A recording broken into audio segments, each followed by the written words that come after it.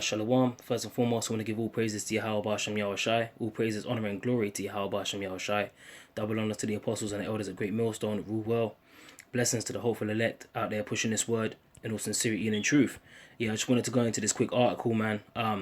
Basically, man, the sword is being sharpened, man. The Esau's blessing, the so-called white man's blessing, in whom the earth was given into the hand of this fucking crazy guy that's basically spraying chemtrails in the air, creating GMO foods, all sorts of shit, passing gay laws, gay marriage laws and shit across the states. Basically, the so-called white man is basically about to come down on Jake, man, having great wrath. It tells you that in Revelation 12, right? But this article says the British police gets aggressive, all right, and they put aggressive in inverted commas, man. The reason why they use these terms, aggressive, and it says the British police gets aggressive and new orders to shoot terrorists using vehicles as weapons. And the reason why they put aggressive next to the word terrorist and shit is because they want to basically spark fear in the general public, man. Okay, here it is we just had a false flag by this guy, by the name of Khalid Masood, who looked like a so-called Negro, by the way, okay? Looked like a straight-up Jake. And he supposedly rammed people on Westminster Bridge with a Hyundai, man, a brand new Hyundai. Man was just using that as a weapon. And basically what they're doing is they're using these false flag attacks to basically ramp up the fear across the general public over here in Britain, man. Okay? And this is all prophecy because as we already know, the so-called white man, he knows he's got but a short time. But it's all an excuse to further arm the UK police force across the board, man. All right, because the sword is being sharpened, which is a prophecy that I'm going to get the scriptures in a minute. It says British police are being ordered to shoot terrorist drivers using vehicles as weapons under new, more aggressive tactics. So they keep saying they're going to use more aggressive tactics in inverted commas, letting you know that things are about to get more and more aggressive, striking the fear through the hearts of the simple out there that ain't girded with this truth, man, because we already know that the people that were going to get this truth is only going to be the elect, and which is a very small sanctuary.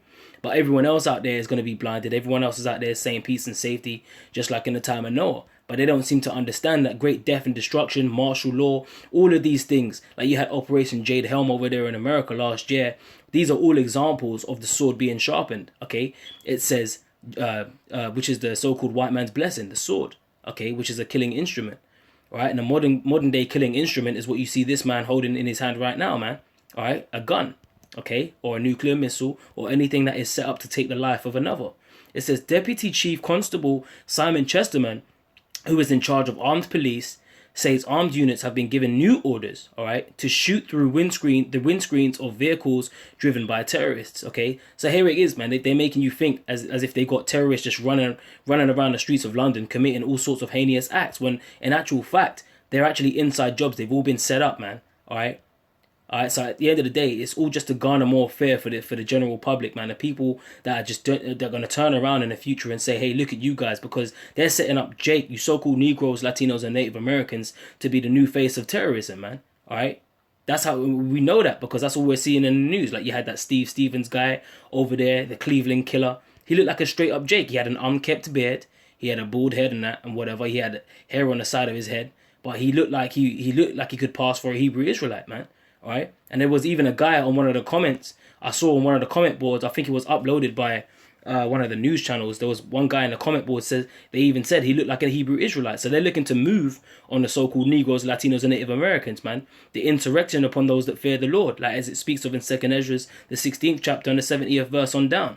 Okay, I'm just gonna get straight to the point here. It says oh, here we go. Slack, I think I've actually gone past it. Right, let me just start from here. It says previously police officers were banned from using firearms to incapacitate drivers of motor vehicles because of the risk of the vehicle spiraling out of control and bullets ricocheting into the innocent bystanders. I mean, like they really give a shit about the innocent bystanders when, you know, bombs are being dropped over there in Mosul, you know, genocide is being committed. You know, you got Trump that just dropped 59 Tomahawk missiles on an airbase, and then they care about the innocent bystanders, killing over 200 plus civilians in the process, and but now they want to care about killing innocent bystanders through threat of a ricocheting bullet from them shooting at a window. They chat so much shit, and that's Esau's forked tongue, man. All right, all of this propaganda that is aimed to further demonize this thing of ours, man. All right, it says we used to talk about nothing. We used to talk about not shooting a moving vehicle because of the danger we might cause if fired at a driver. Yeah, right. All right. Now they want to talk about the danger about firing. They don't give a shit, man. At the end of the day, the so-called white man cannot be stopped, man. All right. The scripture says in Psalm 73 that violence covereth him a garment. Since when did he care about shooting anybody, man? All right. Or cutting open a so-called Negro's woman's womb with a child in it and then stamping on the head. All right, or feeding our babies to alligators for their gator shoots, man, for gator bait. All right, the so-called white man is a damn devil, man. Okay, but if the vehicle is being used as a weapon in the first place, there aren't many tactics available in relation to stopping it, particularly a very large lorry. So then now they're talking about they're throwing the lorry in there because you had a few instances with lorries driving down markets and shit and running people over like bowling pins, man. All right. So it's all play on words, man. They're basically triggering the heart of the simple. They're using these buzzwords like aggressiveness, terrorists, lorry, because they know that it's a very sensitive thing for that to be said in the public in regards to in regards to so-called terrorism, man. All right. And here we go again. For this purpose, the British police will adopt more aggressive tactics. They keep repeating the word aggressive. Okay. It says we have the ability to move much quicker to resolve situations. And there was a point I wanted to get.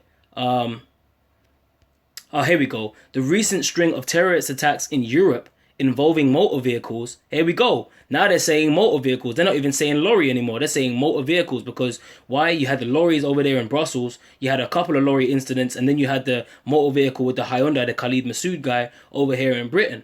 All right, and it's saying that it has forced the change of tactics.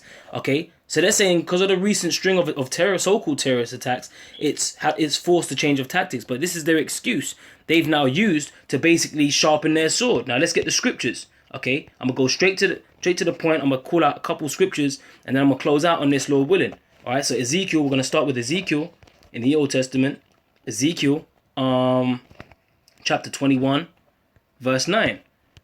Okay, because this is all a part of prophecy, man. The testimony of Yahweh Shai is the spirit of prophecy. Okay, that's right. It says, "Son of man, prophesy and say, Thus saith the Lord Yahweh. Say a sword is sharpened and also furbished." Okay, and a sword is a killing instrument, man. It's the blessing of the so-called white man. You can read it in Genesis, I believe, the 27th verse, that he got the blessing of his father from his father Isaac. He gave him the blessing of the sword, man. All right, it is sharpened to make a sore slaughter. It is furbished that it may glitter, should we then make mirth. Now it is sharpened to make a sore slaughter, meaning there's going to be a lot of dead so-called Negroes, Latinos, and Native Americans out here on the streets of London, man, and across the world, because basically there's going to be great insurrection upon those that fear the Lord. All right. The scripture says in 2nd Esdras, in fact, let me jump to it. All right. In 2nd Esdras, it said they shall be like madmen, sparing none. Okay. So we go to 2nd Esdras, the 16th chapter.